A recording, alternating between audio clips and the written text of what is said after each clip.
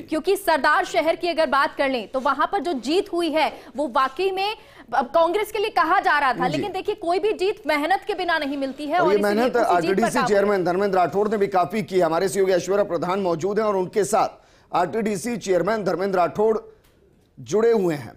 ऐश्वर्या, उन्होंने पहले ही कह दिया था कि 30,000 के आसपास का मार्जिन रहेगा जीत का, उनके आंकड़े सही थे लगभग। देखिए, हमारे साथ इस वक्त धर्मेंद्र राठौड़ मौजूद हैं। चूंकि ये एक इस सरकार के बड़े ट्रबल शूटर माने जाते हैं और मुख्यमंत्री अशोक गहलोत इन्हें कई टास्क देते रहे हैं और सभी में इन्होंने सफलता हासिल की है। इस बात की इनकी तारीफ भी कांग्रेस संगठन में होती है और काफ़ी अच्छी इन्होंने पहचान बनाई है जिस तरीके से इन्होंने रणनीतियाँ बनाई। यहाँ पर पहला सवाल ये कि धर्मेंद्र राठौड़ सरदार शहर गए और उन्होंने आकलन लगाया, तो भारतीय जनता पार्टी के राजेंद्र राठौड़ थे, तो दूसरी तरफ सतीश पूनिया भी, अर्जुन मेघवाल भी, मुकाबला था। तो ओवरऑल अगर देखते हैं आप तो किस तरीके से देखते हैं? क्योंकि सिंपैथी की बात तो उन लोगों ने भी शुरुआत में बोल दी थी, लेकिन इतनी बड़ी जीत कैसे मिल पाई आपको?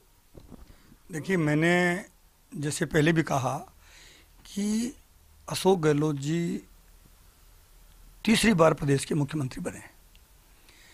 उनके सरकार बनते ही कोविड आ गया।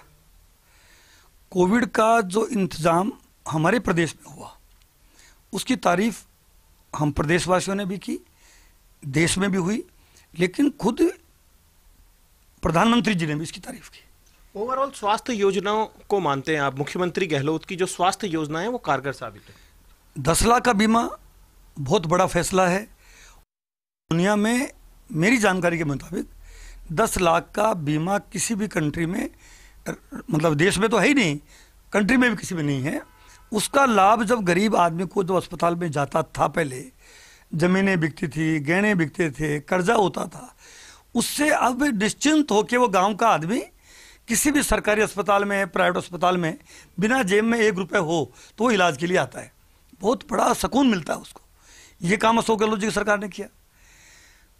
सरकार बनते ही कर्ज माफी हुई किसानों की। जब कर्जा सर पे होता है बहुत तनाव में होता आदमी। कर्ज माफी हुई। बिजली का बिल का हर घर में बड़ा संकट था। इस बार बिजली का बिल करीब करीब 0 हो गया है। ओल्ड पेंशन स्कीम देश में किसी भी राज्य ने नहीं की। हमारे प्रदेश के मुख्यमंत्री जी ने जो राज्य कर्मचारियों को इतनी बड़ी सौगात दी, न कोई आंदोलन हुआ, न कोई हड़ताल हुई, न कोई ज्ञापन भी दिया गया। आगे बढ़कर उन्होंने कर्मचारी को सामाजिक सुरक्षा के तहत ये फैसला किया। आपने कही, लेकिन एक बड़ी चुनौती थी राजपूत वोट बैंक को साधना, जो बीजेपी का माना जाता है। आप कितना हद तक साध पाए सरदार शहर? देखिए, मैंने कहा कि हर जगह जहां जहां भी उपचुनाव हुए हैं, हमने कोशिश की है कि सभी धर्मों को और सभी जातियों को एक साथ जनहित के फैसलों के लिए उनको बताया जाए। उनको जब राजपूत समाज के लोगों को भी हमने कही, तो सरदार शहर में मेरी जानकारी के मुताबिक जो वहाँ के लोगों ने बताई, कभी भी वहाँ मीटिंग करके, चाहे वो वोट कम दिया हो, किसी पार्टी को ज़्यादा दिया हो, लेकिन मीटिंग करके सामूहिक रूप से कभी भी ऐसा नहीं हुआ। पहली बार राजपूत समाज ने भी न केवल मीटिंग करी, जोश खरोश के साथ जो प्रत्याशी हैं अनिल शर्मा जी, जो विधायक बन गए हैं, उनको माला पहनाई 51 किलो की और पूरी जोश के साथ में उनके साथ में मीटिंग करके समर्थन दिया।